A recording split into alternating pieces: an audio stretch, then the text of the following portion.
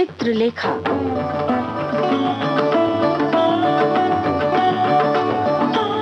प्रसिद्ध उपन्यासकार भगवती चरण वर्मा की प्रसिद्ध रचना चित्रलेखा।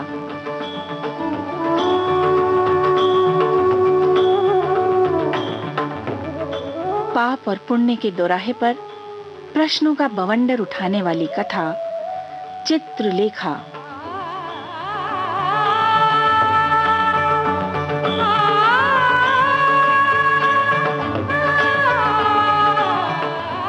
चित्रलेखा कुमारगिरी की कुटी में आई थी प्रेम करने, और यहाँ योगी के सहवास ने उसके विचारों को बदल दिया। अब वो ज्ञान और ब्रह्म को पाना चाहती थी, किंतु लगता है चित्रलेखा के सामीप्य से कुमारगिरी भी बदल रहे हैं। अन्यथा नर्तकी के सामने उनके तर्क लड़खड़ाने क्यों लगते।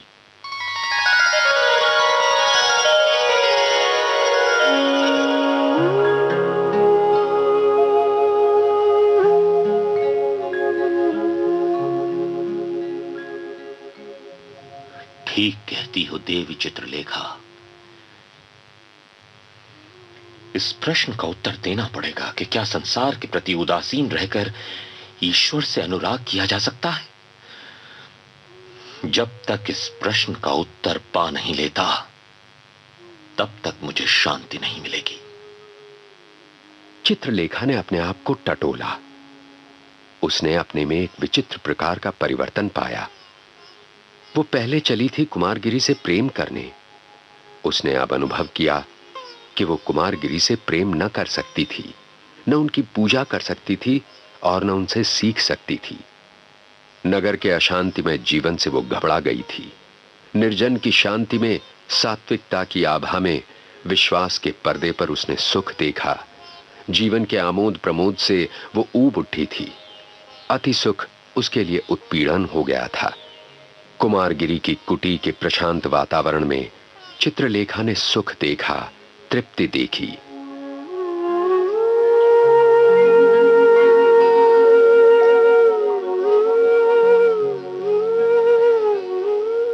कुमारगिरी कुछ थोड़ी देर तक सोचते रहे। इसके बाद उन्होंने फिर कहा, देवी चित्रलेखा, मैं तुम्हें अभी तक नहीं समझ पाया हूं, पर मेरा हृदय कहता है कि हमारा साथ बहुत दिनों का है। संभवतः, पर गत जीवन की भावना इतनी अस्पष्ट है कि उसे देख नहीं पाती हूं। संभव है मेरी धारणा गलत हो, पर देवी चित्रलेखा, एक बात ठीक ठीक बतलाना,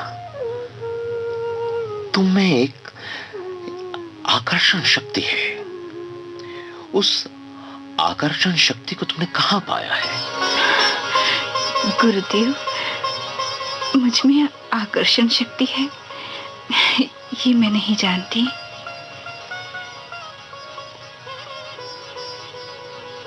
आज समाधि में मन नहीं लगता।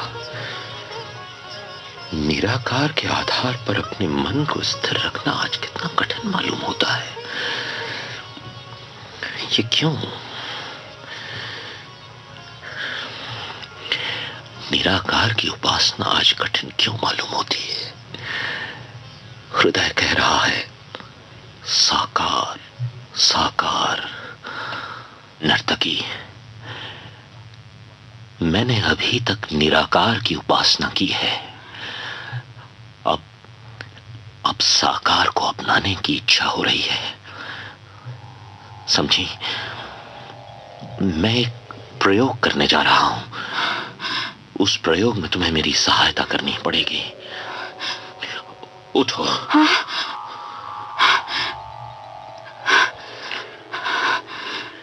साकार को अपनाने का प्रयोग कर रहा हूं नर्तकी।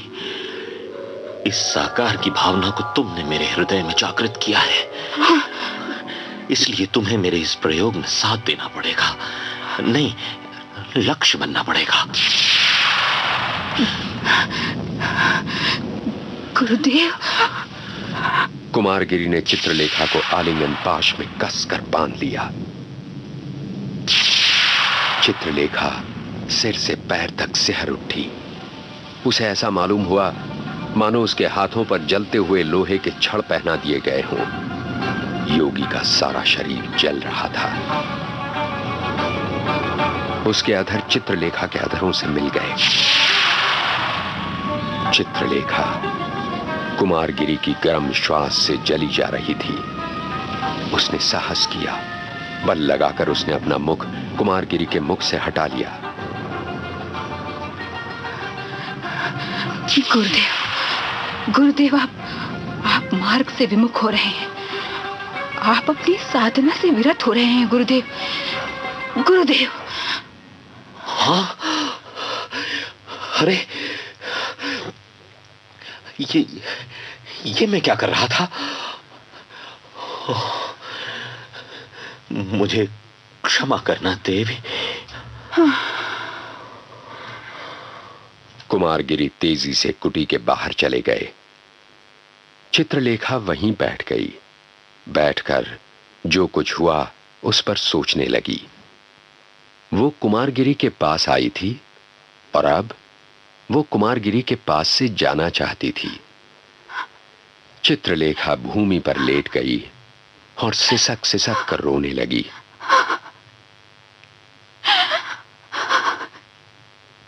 उसने बुरा किया, यह उसने अनुभव किया।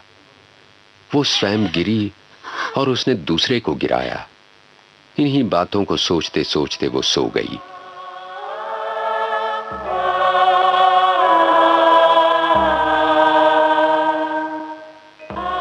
कुमारगिरी कुटी से बाहर निकलकर खुले मैदान में घूमने लगे। कुछ देर पहले उनका शरीर जल रहा था, अब उनका मस्तिष्क जल रहा था। पहली जलन में सुख था, दूसरी जलन में दुख था। अपने कार्य क्षेत्र से और अपनी साधना से वे बुरी तरह से गिर रहे थे। सामने गहरा अंधकार था, पीछे पाटलिपुत्र के दीपक टिमटिमा रहे थे। कुमारगिरी के पैर उस अंधकार की ओर उठ गए। नहीं, मेरे लिए अपने को रोकना असंभव है। गिरना अनिवार्य है। अपने को बचाना ही होगा।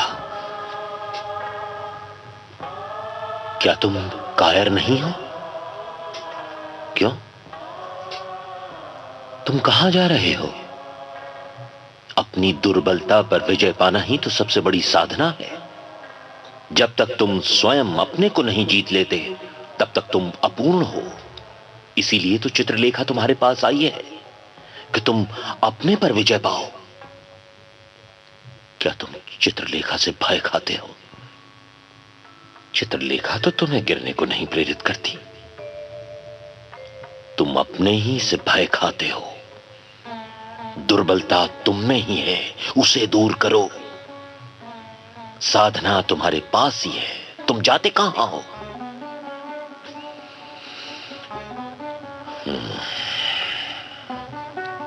तो फिर ऐसा ही सही। और वे अपनी कुटी की ओर लौट पड़े।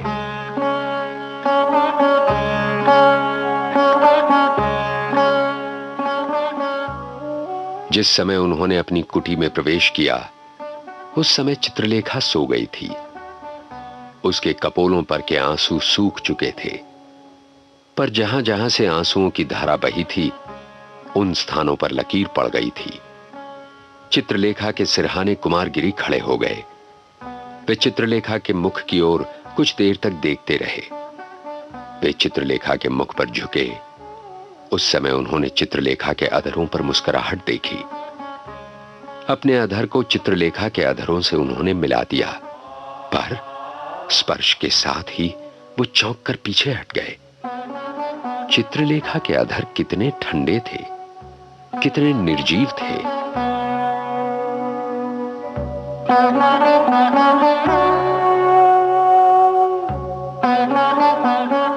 कुछ सोचते हुए वे अपने आसन पर बैठ गए। उन्होंने समाधि लगाने का फिर प्रयत्न किया, पर वे ध्यानावस्थित न हो सके। इसके बाद वे लेट गए और भविष्य में अपने ऊपर विजय पाने का संकल्प करते हुए वे सो गए।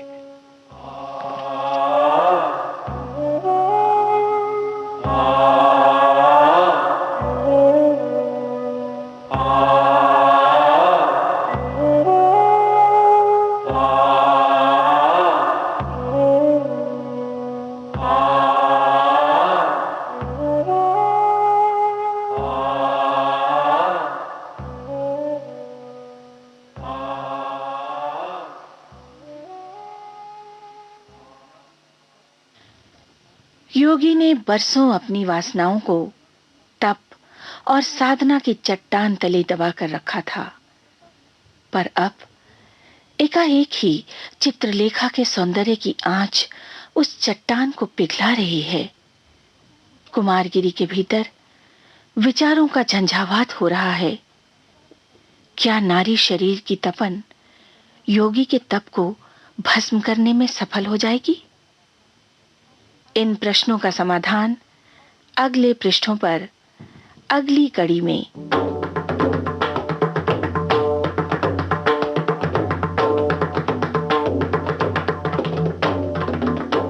आज की कड़ी में योगी कुमारगिरी का बाना धारण किए हमारे सामने थे सुधीर पांडे और नर्तकी चित्रलेखा के रूप में थी दिशी दुग्गल। सूत्रधार हरीश भीमाणी।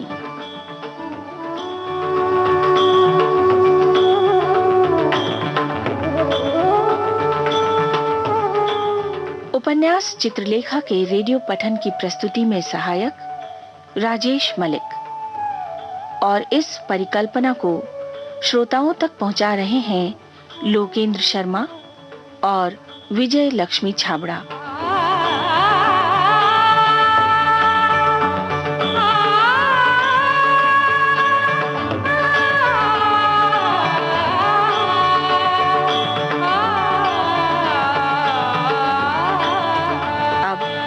अगली कड़ी में भेंट होगी।